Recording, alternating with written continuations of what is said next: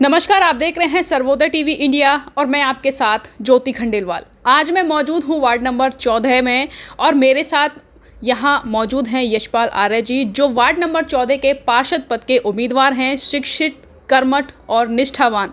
जी हाँ, आइए उनसे जानते हैं उनकी तमाम योजनाएं और उनके मुद्दे, जिनको लेकर वो चुनावी माहौल में, चुनावी मैदान में जो है उतर चुके हैं। सर, बहुत बहुत स्वागत है आपका। नमस्कार मैम, आपका भी बहुत स्वागत है।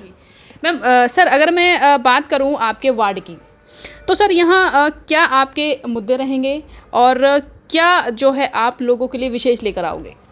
मैम, वार्ड 14 जो इस बार नगर परिषद का है, पूरा इलेक्शन जो चुनाव होगा वो इस बार कुछ मुद्दों पर आधारित होगा। जी।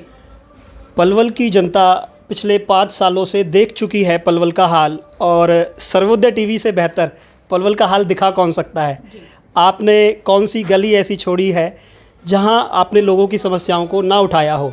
समस्याएं बहुत हैं, लेकिन मैं उन समस्याओं के समाधान का एक रोड मैप लेके आया हूँ, एक डॉक्यूमेंट लेके आया हूँ कि इन समस्याओं का समाधान कैसे हो सकता है। जी। तो सर, आप बताएंगे कि किस तरीके से जो है वार्ड की जनता की जो समस्याएं हैं, किस तरीके से आप उनका निवारण करेंगे?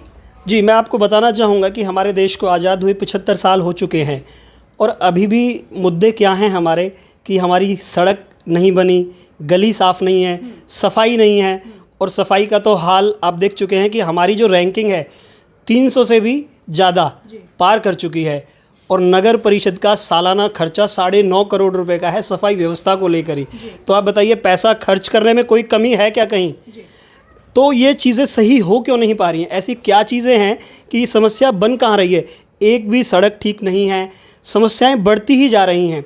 तो समाधान उसका ये है कि जब तक हमारा वोटर अपने हक और अधिकार के प्रति जागरूक नहीं होगा और अपने पार्षद और अपने अधिकारियों को जवाबदेह नहीं करेगा, तब तक इसका कोई हल निकलेगा नहीं। मैं अभी कुछ दिनों पहले रुड़की के मेयर गौरव गोयल जी से मिल के आया था, क्योंकि मेरे वहाँ एमए का एग्ज़ाम था। तो मैंने वहाँ देखा कि वो इतना अच्छा सिस्टम करते हैं कि कोई भी अगर टेंडर नगर परिषद से, उनका नगर निगम से निकलता है, तो वो गली के बाहर एक सार्वजनिक बोर्ड लगाते हैं, जिसमें उस बोर्ड में लिखा होता है कि ये टेंडर फलाने व्यक्ति या फलाने कंपनी को मिला है, इतने लाख का ये टेंडर हमने दिया है, इतने टाइम में इसे ये पूरा करना है, इतनी क्वालिटी का काम इसे करना है, और इतने साल के लिए इसकी रिपेयरिंग, देखभाल ये फर्म, ये व्यक्ति करेगा। तो आप ये देखिए, जब ये सारी चीज़ें होंगी, सिस्टम का डिसेंट्रलाइजेशन होगा, तो जनता को एकदम सहूलियत मिलेगी। आपको कहीं जाने की ज़रूरत नहीं है। मुझे आज अपने वार्ड में ये नहीं पता है कि 5 सालों में 500 करोड़ खर्च हुआ है, 400 करोड़ खर्च हुआ है, 300 करोड़ खर्च हुआ है। जब मैं अपना अगर मान लो घर भी बनाता हूँ, तो मैं ये देखता हूँ कि कौन अच्छा कारीगर है, मिस्त्री है, कौन सस्ता बनाएगा। तो ये मेरे पलवल की, ये मेरे वार्ड की बात है। तो मैं चाहूँगा कि हर व्यक्ति, हर वोटर को ये हक है कि उसे पता हो कि उसके वार्ड में कौन सी गली, कौन सी सड़क किसने बनाई, कब तक के लिए उसकी देखरेख वो करेगा। और ऐसा डिसेंट्रलाइज सिस्टम मैं लाना चाहता हूँ। इसी के लिए मैं आगे बढ़ूँगा। और भी कई मुद्दे हैं। दूसरा मेरा मुद्दा है कि नगर परिषद की नागरिक सुविधाओं को सार्वजनिक किया जाए। मैं आपको एग्जांपल दूंगा जो सबसे ज़्यादा मुझे पिंच करता है। ये मेरे पिताजी की एज लगभग 70 ईयर्स है, उन्हें घुटनों की परेशानी है। नगर परिषद ने अभी असेसमेंट फॉर्म प्रॉपर्टी आईडी के जगह जगह चिपकाए, तो जैसे हमने वो देखा, तो ना उसमें हमारा नाम, ना पुरानी प्रॉपर्टी आईडी, कोई भी ऐसी सूचना जो हमारी प्रॉपर्टी की है उसमें नहीं थी। जबकि हम नगर परिषद का हाउस टैक्स भरते हैं। कोई बात नहीं, हम वहाँ गए, पिताजी वहाँ गए, 2 बार गए। पिताजी ने कह दिया मेरे बस की बात नहीं है, मैं नहीं जा पाऊँगा, वहाँ तो भीड़ इतनी है, बैठने की जगह नहीं है। मैंने कहा पापा जी मैं कोशिश करता हूँ, चलो। फिर मैं 2 बार गया। दूसरी बार में मुझे पता लगा जी आपको ये कागज़ लाने हैं। मैंने वहाँ एक अधिकारी से क्वेश्चन किया कि पलवल नगर परिषद ने इस फर्म को टेंडर दिया है करोड़ों रुपए में कि एक प्रॉपर्टी आईडी को सही बनाने का, ये सही क्यों नहीं हुई?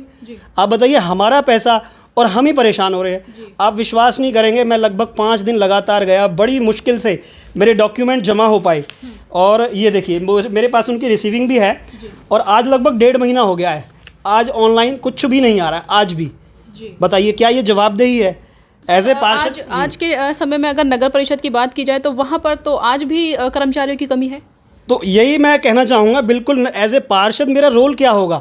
मैं तुरंत, जैसे ही अगर लोग मुझे चुनकर भेजते हैं, तो सबसे पहली मीटिंग में सबसे पहला मुद्दा ये होगा कि नगर परिषद के जितने भी जनसंख्या के अनुसार जितने पद होने चाहिए उन्हें भरा जाए। और इसमें मैं एक और बड़ी बात कहना चाहूँगा कि मैंने तो यहाँ तक कहा है कि नगर परिषद की जितनी भी मीटिंग्स होती है ना, उन्हें लाइव किया जाए। जनता को जानने का हक है कि मेरा पार्षद क्या आवाज़ उठा रहा है, क्या काम करवा रहा है, क्योंकि समस्याएं ख़त्म होने का नाम ही नहीं ले रही हैं। तो कुछ ना कुछ तो कहीं ना कहीं तो लोगों को आगे बढ़ना होगा। तो सर सबसे बड़ी समस्या जो सामने आती है वो आती है लोगों में जागरूकता। जी। लोगों में जागरूकता की कमी से लोग जागरूक नहीं हो पाते हैं, और शायद कहीं ना कहीं ये भी रहता है कि जागरूक ना होने की वजह से वो अपना प्रॉपर समस्या का समाधान भी नहीं निकाल पाते हैं। तो सर मैं जानना चाहूँगी कि आप किसी संस्था से भी जुड़े हुए हैं जहाँ से लोगों को आप जागरूक करते हैं? देखिए, काफ़ी सामाजिक संस्थाओं से मैं जुड़ा हुआ हूँ। मैंने कई संस्थाओं में काम किया है। मैं आर्य युवक परिषद का जिला प्रवक्ता हूँ, हरियाणा प्रदेश व्यापार मंडल का महासचिव भी हूँ, आर्य समाज का सदस्य हूँ, पलवल डोनर्स क्लब का सदस्य हूँ, रेड क्रॉस सोसाइटी का लाइफ मेंबर भी हूँ, और अन्य जो भी कोई बात जनता के हित के लिए होती है मैं उसमें अपना रोल प्ले करता हूँ। लेकिन अब नगर परिषद का चुनाव है, क्योंकि मेरा पलवल मेरा परिवार है, तो अब एक मौका मिला है। क्योंकि ऐसी बात नहीं, मैं समझता हूँ लोग जागरूक बहुत हैं। मैं अभी पिछले दिनों हमारे पलवल की नाम विश्व पटल पर रोशन करने वाले प्रिंस तेवतिया जी से भी मिला।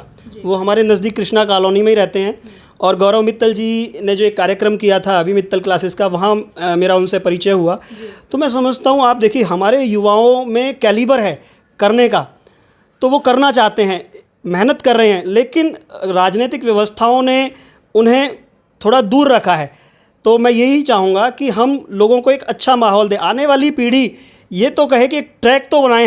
हम बात करते हैं कि हमारे जो स्टूडेंट्स हैं अमेरिका, ब्रिटेन, फ्रांस आदि को टक्कर देंगे, और हमारे मुद्दे क्या हैं आप बताइए।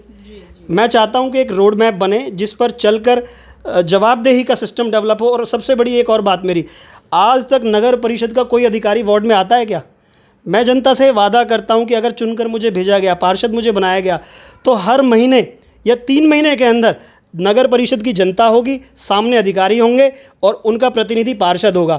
जनता जवाब मांगेगी कि कब ये कार्य होगा, क्यों हुआ, कैसे हुआ, और भविष्य की योजनाओं पर चर्चा होगी। सीधा संवाद होगा प्रशासन, जनता और पार्षद के बीच। अब तो क्या है कि कई बार कह देते हैं कि सरकार नहीं सुन रही, तो हम उन्हें सामने लाइए ना। एक पार्षद का यही काम होगा। तो सर कह सकते हैं कि वार्ड की जनता को अब कहीं ना कहीं उम्मीद है, और कहीं ना कहीं सपोर्ट भी आपको जो है जागरूकता को लेकर के पब्लिक करेगी आपको। हाँ, नहीं, बिल्कुल मैं समझता हूँ कि 99% लोग ईमानदार, जागरूक और सच्चे लोग होते हैं।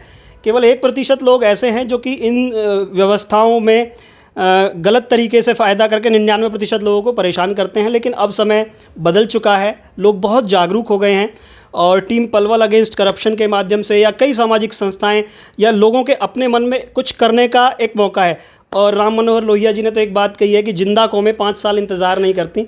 अब तो इलेक्शन भी सर पे है, और 5 साल जो लोग परेशान हुए हैं ना, वो लोगों ने फील किया है, महसूस किया है। तो अब परिणाम सबके सामने आएंगे, सकारात्मक परिवर्तन होगा निश्चित तौर पर। तो आप सर्वोदय टीवी के दर्शकों को, अपने वार्ड के जो है निवासियों को कुछ संदेश देना चाहोगे? बिल्कुल। वैसे सर्वोदय टीवी तो जागरूकता की अलग जगह ही रहा है, सालों से हम देख रहे हैं। मैं अपने वार्ड की जनता को और पूरे पलवल की जनता को ये संदेश सर्वोदय टीवी के माध्यम से देना चाहूँगा कि अब कुछ करने का समय है। अब तक तो समस्याओं का रोना हम सब ने रोया, लेकिन अब समाधान करने का समय है। जो भी अच्छा कैंडिडेट, जो भी आपको अपना एक मेमोरेंडम दे कि मैं ये चीज़ करूँगा, वो चीज़ अगर आपको लगता है कि इनसे परिवर्तन आ सकता है तो उनका साथ दें। और दूसरी एक और बात मैं बहुत बड़ी कहना चाहूँगा, अब जो भी पार्षद, सिटिंग पार्षद रहे हों, उनसे आप हिसाब मांगे कि 5 साल आपने मीटिंगों में, बैठकों में क्या क्या काम करवाए, कितने करोड़ रुपए के विकास कार्य कौन सी गली में हुए, उन सब का एक रिज़ल्ट, एक परिणाम आप उनसे मांगे। ये आपका हक है। और जो ना दे पाए तो उसका आप सोच सकते हैं कि उसने 5 साल किया क्या। लेकिन मैं आपको विश्वास दिलाता हूँ, 5 साल की बात बहुत दूर, मैं 2022 का विज़न लेके चल रहा हूँ कि जो भी समस्याएं हैं 1 साल के अंदर उनका समाधान हो जाएगा। मैंने अपने फेसबुक पेज के माध्यम से भी अपनी बात जनता से कही है, और आज सर्वोदय टीवी जो कि पूरे पलवल ही नहीं, मैं समझता हूँ हरियाणा का एक नंबर 1 चैनल है, उसके माध्यम से आज हर वोटर तक ये बात जाएगी कि अब हमें कुछ करना है अपने पलवल के लिए।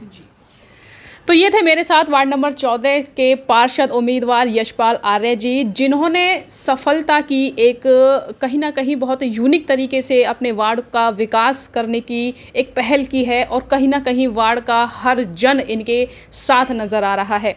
तो ऐसे ही लगातार खबरों के लिए आप देखते रहें सर्वोदय टीवी इंडिया और मैं आपके साथ ज्योति खंडेलवाल।